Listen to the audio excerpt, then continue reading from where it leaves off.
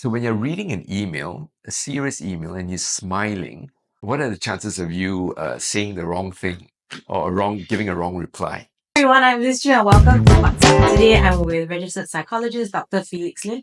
Entrepreneurs often face a lot of anxiety, right? Yes. Stress, overwhelm. That- Are there any techniques that you know of that you Yeah. can share like for example, if overwhelm came out right now, Yeah. how can I deal with it right away? Yes. Because I need to focus on my day, I can't spend the day being overwhelmed. Yeah. So then what happens is that you need to ask yourself this very important question. What is your own belief system? Okay. Right? And a lot of times I find people self-sabotaging because their own belief system in the first place is not realistic.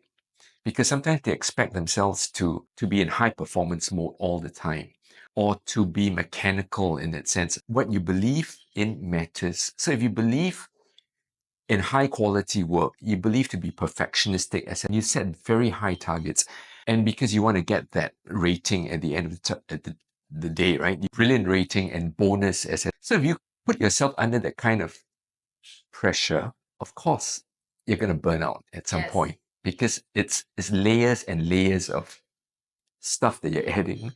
Now, you can actually achieve those results, but you don't have to actually achieve those results under stress. Yeah. So you need to know how to, now again, and these are skills that you need to cultivate over time, right? You need to be smart. So it's just like using the gym as an example. You don't like immediately when you wake up in the morning, rush for the gym and do the intense workout, because that intense workout early in the morning may not be the best time of the day to exercise for your body, because everybody has a different makeup. And again, you may rush to the gym at the end of the day and then do the intense workout, but that again may not be the best time or best thing to do. You don't need to pack everything into that 1 hour, right, a day kind of stuff. So you need to learn how to take things in bite sizes. Right? So hypothetically speaking, again, if you have the gym next door to you, then of course what you can do is you break down the exercises that you're supposed to do for that period in intervals. So likewise, in work, it's not about, doing everything at such a high standard all the time, right? So you don't need to be extra vigilant all the time. You need to learn how to give yourself the intermittent breaks. It's when people know exactly their own rhythm, their own potential, they are attuned to themselves, to what their body is saying to them, to what the mind is saying to them, that they know how to take the right breaks at the right time.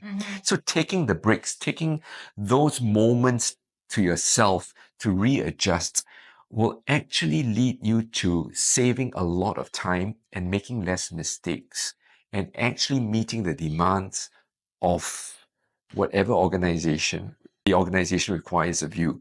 In other words, what you need to do is you need to pace yourself. Yes. Right? Okay. Right?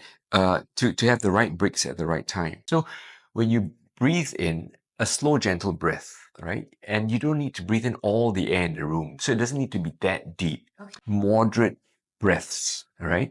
That allow oxygen, to get into your system.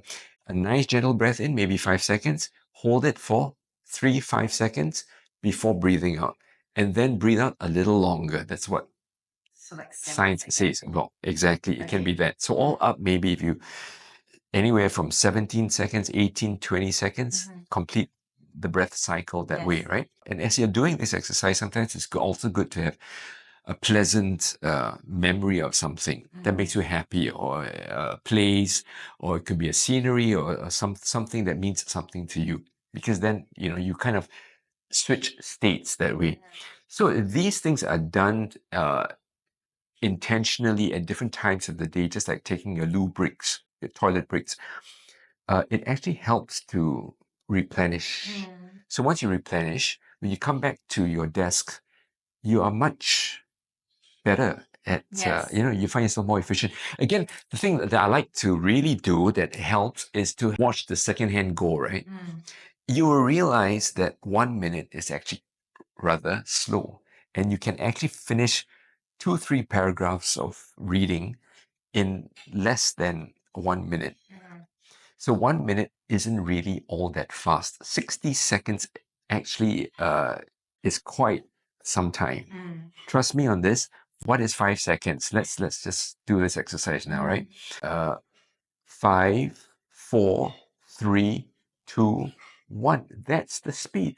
So you have 60 seconds of that. Yeah. So it actually isn't going very quickly. And you can read more than 2-3 paragraphs efficiently in that 1 minute.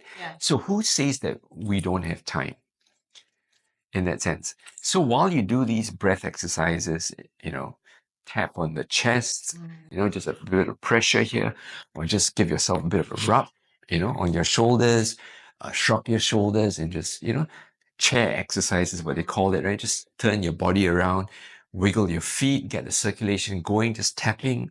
You can do chair exercises now. Everybody knows this here, right? In the office.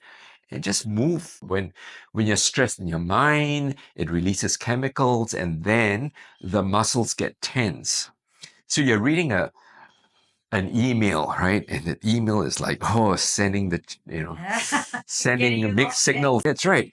Now, notice then, it's your muscles are tightening. So what do you need to do then? Now, again, there are experiments done on this. Force a smile. So when you're reading an email, a serious email, and you're smiling, what are the chances of you saying the wrong thing or giving a wrong reply?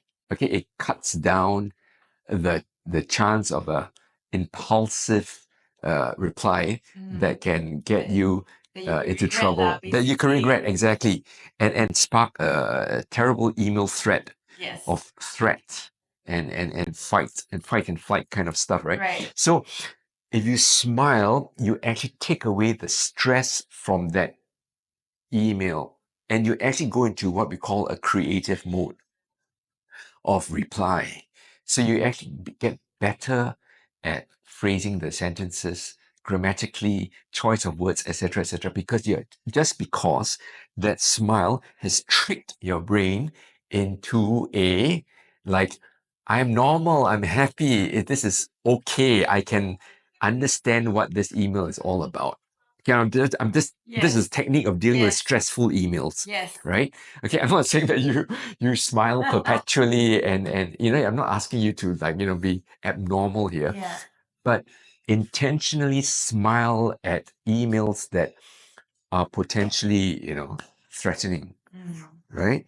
So simple techniques like that. Those It works. So would you say that's also applicable to if you need to change your state? For example, if you're more relaxed mode, but you really need to peak perform.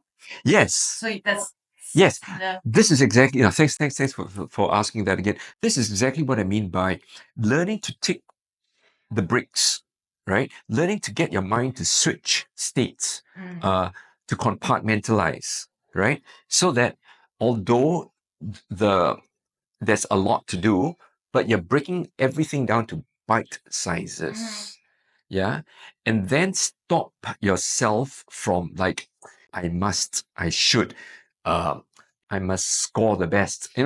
All that is probably programmed in your subconscious mind because the way, you set yourself up to be your own belief system. But don't let that disturb, your conscious mind, when you're working, right? So learn to appreciate yourself better. Okay, those yearnings to be the best can always be there, but it has to be authentic. You cannot manipulate these things. You might be the best, but you shouldn't stress yourself to the point that, you stress. Get sick in the moment. Exactly. Understand your yearnings, understand where you are at life, be true to yourself, pace yourself, right? Learn to love yourself, learn to listen to your body, right? Etc., all that stuff. These might sound very cliche, but when you really start thinking about it, it grounds you. When you're grounded, and then you enter the state of flow.